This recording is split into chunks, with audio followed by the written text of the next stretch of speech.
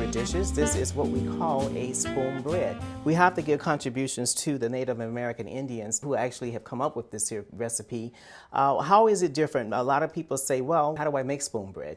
You make spoonbread basically with the same ingredients that you make cornbread. But the difference between spoonbread and cornbread is that it does not use a leavening such as baking powder. All of the ingredients, as you see, I have laid out here is very similar to a cornbread. It is a savory dish. The other thing about it is that once the dish is complete, you can actually eat it with a spoon. So it has the name makes sense to what you're doing with it. So let me start off by, again, because it is a healthy Kwanzza celebration, I have an evaporated fat-free milk that I will start with. And what I'm going to do, I'm going to gently pour it in here. It's quite a bit of milk. It's actually 3 cups of milk here. But because it's fat-free, you know, we're not really concerned about the quantity at this stage of the game. Just imagine if I had a full-fat milk and I was actually trying to do a healthy dish here.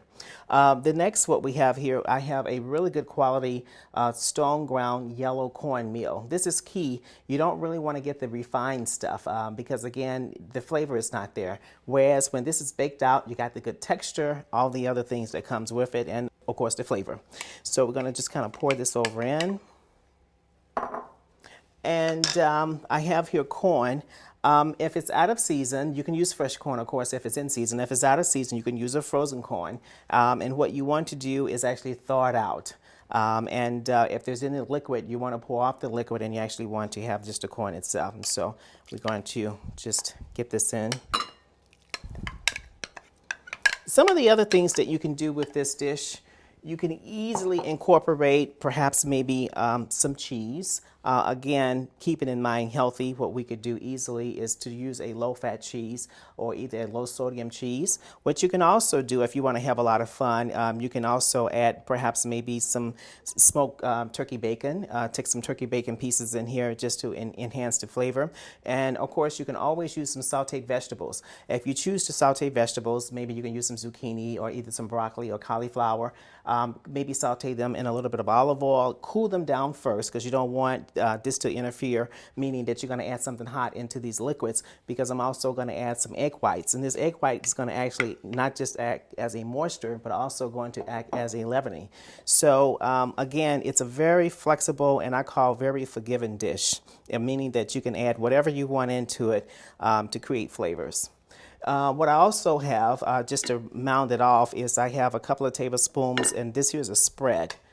You can use margarines if you want to, but if you use a margarine, try to have a margarine that it doesn't have trans fatty acids in it, trans fats, I would say, which is a real big key piece. If you have margarines that have trans fats, then you got to deal with the situation that can easily cause high blood pressure or either lead to heart disease. So this was actually a trans fat-free spread, which has some texture too, because that's very important.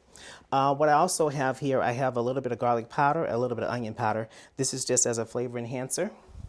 Just kind of fold that over in. And some black pepper, cracked black pepper. So what's going to happen is I'm going to take some cooking spray, and I'm going to just give this a little spray so that it doesn't stick.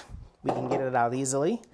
And what I want to do at this stage, I want to pour it over, my batter over into this bowl. Okay.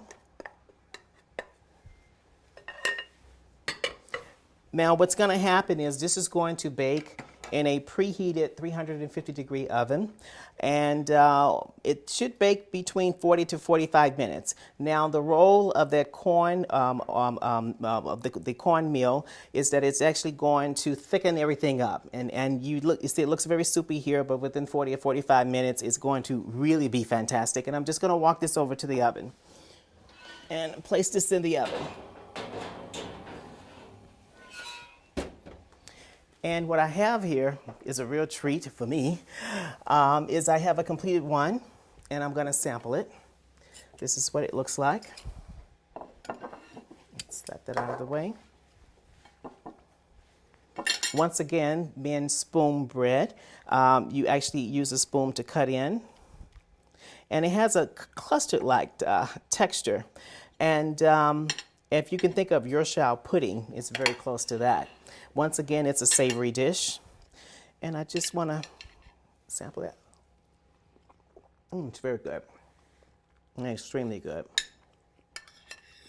Again, the key is easily, if you want to put meat pieces in it, some smoked turkey, either some sauteed vegetables.